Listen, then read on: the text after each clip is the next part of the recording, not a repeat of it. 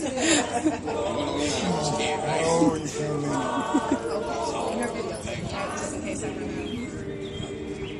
in. Speech on the occasion of the 26th anniversary of Emancipation in the District of Columbia, Washington, D.C., April 16, 1888. Friends and fellow citizens, it has been my privilege to assist in several anniversary celebrations of the abolition of slavery in the District of Columbia, but I remember no occasion of this kind when I felt a deeper solitude for the future welfare of our emancipated people than now.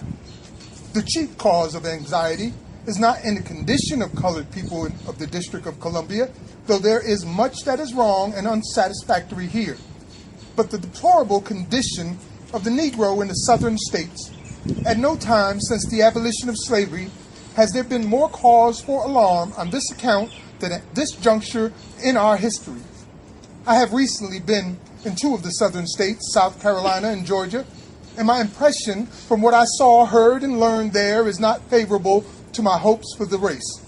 I know this is a sad message to bring you on this 26th anniversary of freedom in the District of Columbia, but I know too that I have a duty to perform, and that duty is to tell the truth, the whole truth, and nothing but the truth.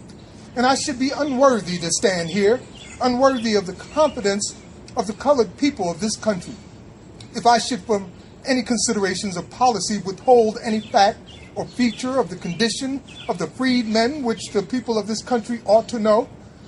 The temptation on anniversary occasions like this is to prophesy smooth things, to be joyful and glad, to indulge in the illusions of hope, to bring glad tidings on our tongues and words of peace reveal. But while I know it is always easier to be the bearer of glad tidings than sad ones, while I know that hope is a powerful motive to exertion and high endeavor, while I know that people generally would rather look upon the bright side of their condition than to know the worst, there comes a time when it is best that the worst should be made known.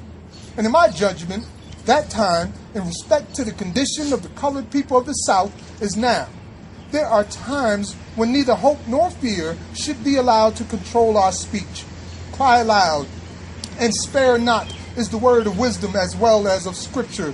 Ye shall know the truth, and the truth shall make you free. Applies to the body not less than the soul, to this world not less than the world to come.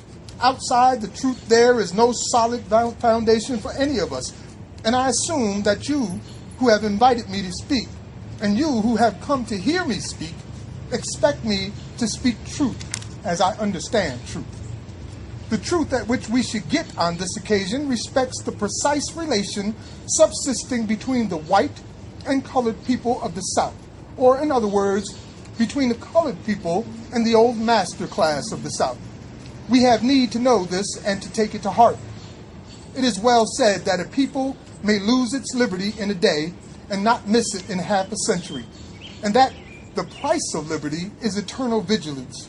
In my judgment, with my knowledge of what has already taken place in the South, these wise and wide-awake sentiments were never more apt and timely than now. Jerry Mitchell spent the last year taking a really deep dive into a very unforgiving subject, Mississippi prisons. And Mississippi prisons, no surprise, are terrible places.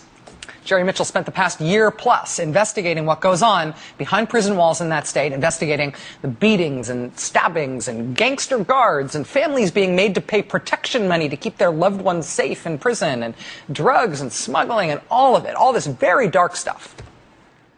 But one thing Jerry Mitchell noticed as he went about his work was not just that the situation inside the prison system was bad, it was also sort of weird.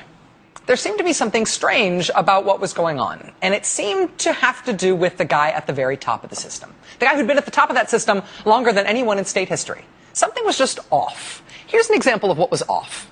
Back in 2012, a federal judge ruled in a lawsuit that one specific Mississippi prison was, quote, a cesspool of unconstitutional and inhuman acts and conditions. 2012. The very next year, that same prison got a perfect score, a perfect 100% rating from the American Corrections Association. Well, you know what? Turns out the head of the American Corrections Association, which gave this cesspool of a Mississippi prison a perfect 100% score, the head of the American Corrections Association was also the head of the Mississippi prison system.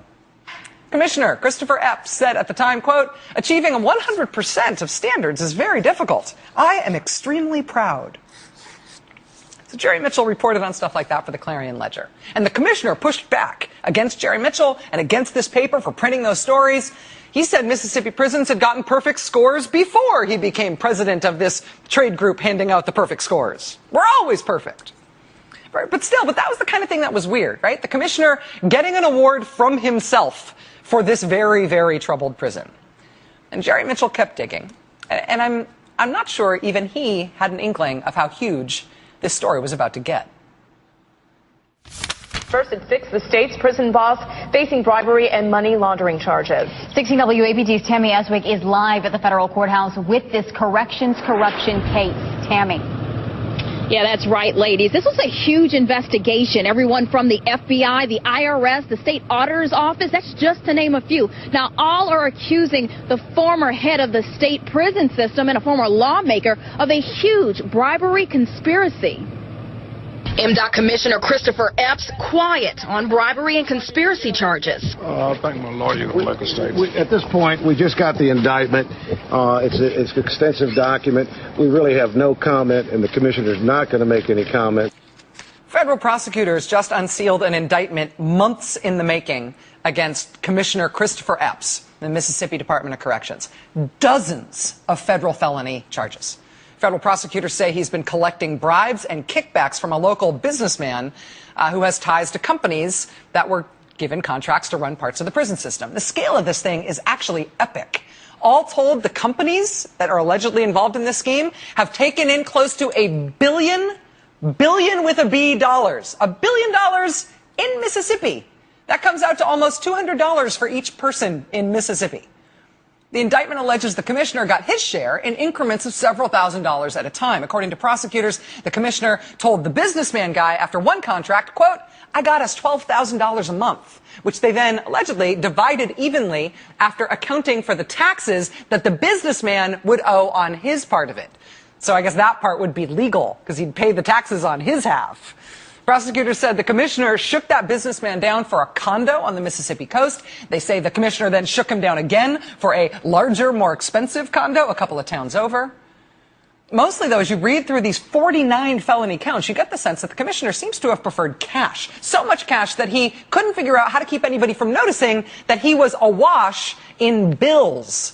Look at this. This is from count 1 of the indictment, and we mapped it out as best we could. Look, quote, on July 30th, 2009, the commissioner deposited $9,000 cash at the Regions Branch Bank in Flowood, Mississippi at 2:16 p.m. 15 minutes later, he deposited $9,000 cash at the Bank Plus in Flowood. 22 minutes after that, he deposited $9,000 cash at the Regions Bank in Jackson. And then he deposited, quote, $9,000 cash at the Mississippi Public Employees Credit Union in Jackson. Honey, I'll be back in an hour. I have to go stash $36,000 in cash at 4 different banks. Commissioner Epps resigned on Wednesday from his job as the state prisons commissioner and as the president of the trade group that gave himself the perfect score. He and the businessman guy pleaded not guilty yesterday. The commissioner now faces 368 years in prison. And I believe that would be federal prison, not Mississippi cesspool prison.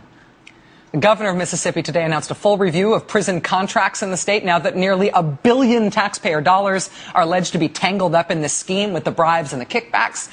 And there's a lot of questions to answer about this 49-count indictment, which includes not just the commissioner who allegedly took all the bribes and the kickbacks, but this businessman who's a former judge and a former legislator who's charged with paying him all the bribes and the kickbacks in order to get the business from the prison system.